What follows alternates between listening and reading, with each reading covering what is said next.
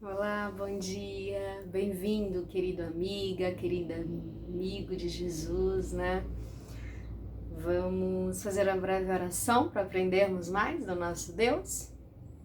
Bendito Deus Todo-Poderoso, obrigada por mais um dia de vida, obrigada por nos guardar, por nos livrar de coisas que não sabemos, mas tu bem sabes, tu sabes de todas as coisas, tu conheces o nosso pensar, o nosso levantar, o nosso deitar. Tu és o dono de tudo, Jesus. Pelas tuas mãos tudo se fez, nós cremos em Ti e pedimos, Senhor, que o Senhor fortaleça a nossa fé em Ti, vivifica-nos, ó Deus, e que seja mantido, né, a nossa fidelidade contigo, para que possamos, Senhor Jesus, seguir firmes nos Teus propósitos, em nome de Jesus. Amém. Hoje, queridos, eu ia falar, na verdade, sobre a ressurreição de Lázaro. Mas aí, fazendo culto familiar, né, Deus, o Espírito Santo, ele falou muito forte sobre a história do Estevão, né?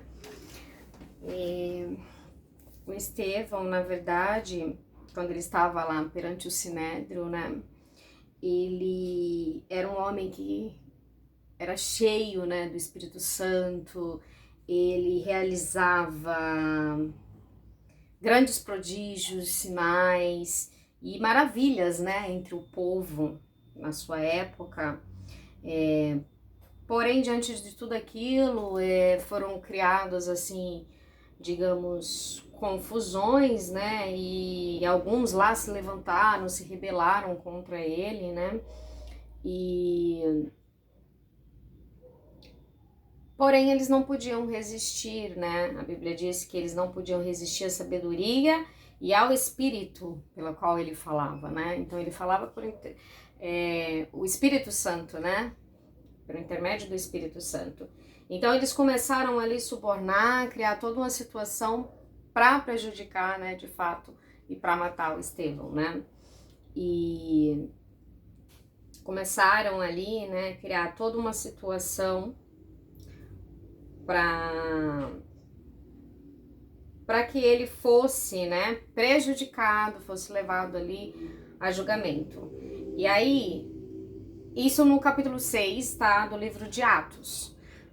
No 7, aí o próprio Estevão, né, vai relatar então a defesa, né, a sua defesa. Então ele perguntou ao sumo sacerdote: porventura é isto assim? Então respondeu: varões, irmãos e pais, ouve. O Deus da glória apareceu a Abraão, nosso pai, quando estava na Mesopotâmia, antes de habitar em Harã. Ele disse: sai da tua terra, da tua parentela, e vem para a terra que eu te mostrarei. Então saiu Abraão da terra dos caldeus, né? Foi habitar em Harã, e dali, com a morte do seu pai, Deus o trouxe para esta terra em que vos agora habitais.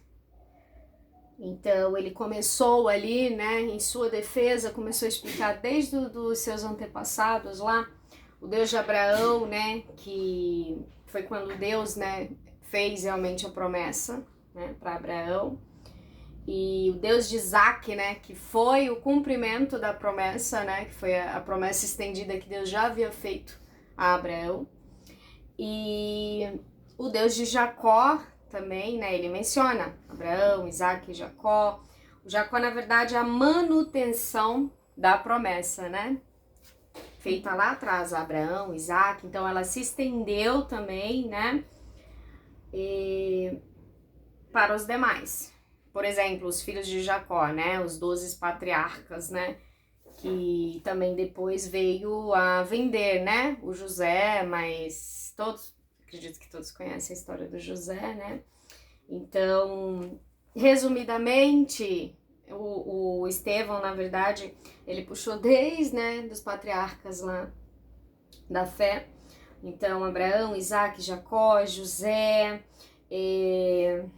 depois, né, Moisés, né, então após esses 40 anos, né, Moisés lá no Monte Sinai, né, diante ali do anjo na sarça ardente, tudo isso ele mencionou, né, E é fantástica essa parte de Moisés, né? Eu sou apaixonada pela história do Moisés. E ele na sarça ardente, né? Quando o Senhor pediu, né? Tire sua sandália, porque a terra que tu pisas é a terra santa, né? É um lugar santo. Então, a partir dali, quando Deus manda Moisés de fato, né? A terra do Egito para tirar seu povo da escravidão, né? E é onde ele diz, né? Mas e quando eu chegar no Egito, né? Tipo, o que eu vou falar, né? Como farei? E aí Deus diz, né? Diga que o grande eu sou lhe enviou, né? Então é muito lindo isso, porque prova o cuidado, né, de Deus. E aí, a despeito depois de Moisés, veio também Josué, né? Que foi quando ele tomou posse das nações, né? Das terras que Deus já havia prometido. E até os dias de Davi, né? Davi, então, achou graça diante de Deus. Ele, então, foi um rei, né?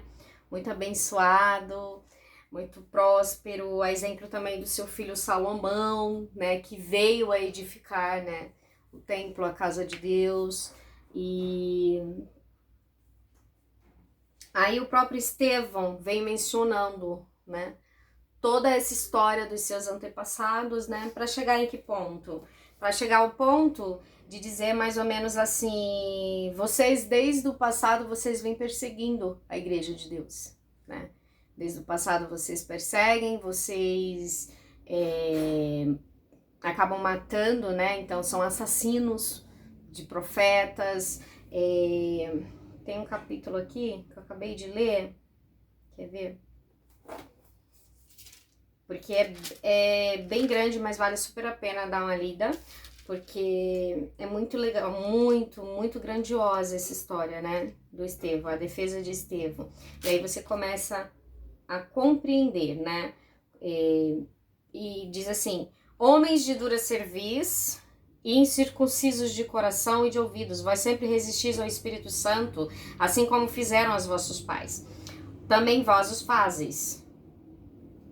Quais dos profetas vossos pais não perseguiram? Ou seja, todos esses homens de Deus, eles sofreram perseguições, né?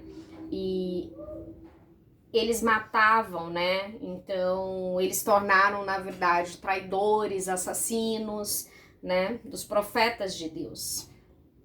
E aí, ouvindo isto, aquele povo ainda mais se enfurecia contra a vida de Estevão, né? Mas Estevão, cheio do Espírito Santo, fitou os olhos no céu e viu a glória de Deus e Jesus que estava à sua direita.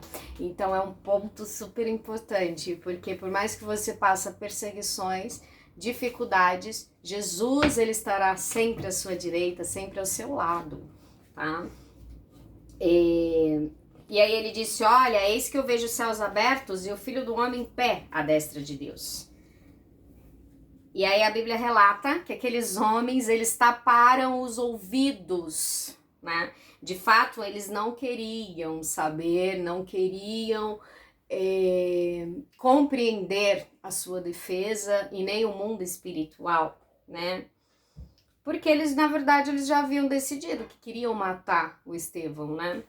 E o que eles fizeram? Lançaram ele para fora da cidade e ali insultaram a todos e o apedrejaram, né? O Estevão, então, ele foi apedrejado. E aí ele falava, Senhor Jesus, receba, né, o meu espírito. E um ponto muito importante. Então, ajoelhando-se, clamou em alta voz, Senhor, não lhe imputes este pecado. Com estas palavras, adormeceu.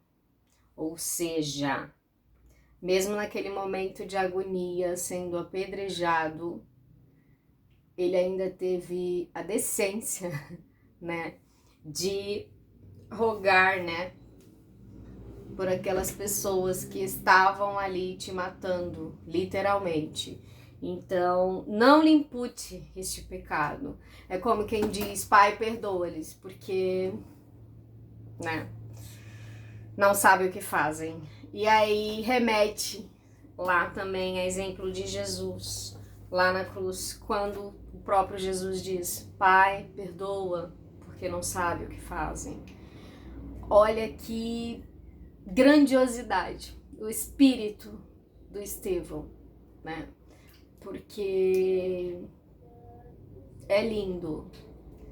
Imagina a situação, você ali prestes a ser assassinado, prestes a morrer, e você ainda rogando, né, para Deus ter misericórdia dos seus assassinos, né, ali. Então, glória a Deus, porque as pessoas que são cheias do Espírito Santo de Deus, de fato elas são diferentes e de fato, queridos, vem essa bondade. Por quê? Porque Jesus, um dos frutos do Espírito é a mansidão, é a paz. Então não importa a situação que você esteja passando, se você, né, chega pertinho de Jesus, você vai sim interceder pela vida dos demais. Não importa se são teus acusadores, não importam. Porque muitas vezes, irmãos, o que acontece? Você nem vê a pessoa como inimigo, como uma ameaça, enfim. E existem pessoas que criam, né, situações e, por exemplo, eu não gosto da irmã Luzia, e ele começa a criar um caso e tudo mais. Mas a Bíblia diz que nós devemos orar pelos nossos inimigos, amar a eles, porque senão de fato não há diferença, percebe? Então, nós como povo de Deus, como filhos de Deus, como servos, né, nós devemos ter essa consciência de amar uns aos outros, de interceder um pelos outros, e não importa, não gosta não, tudo bem, vou orar por você, que você encontre a luz, que busque a Jesus e que o Senhor te abençoe. Então, é isso, tá? Que Deus venha realmente a nos abençoar, nos moldando cada dia mais, porque Jesus, ele é lindo, né? Jesus é o amor da minha vida, espero que seja da sua também. E que vocês tenham um excelente dia. E o dia hoje tá tão lindo. Então, um grande beijo para vocês.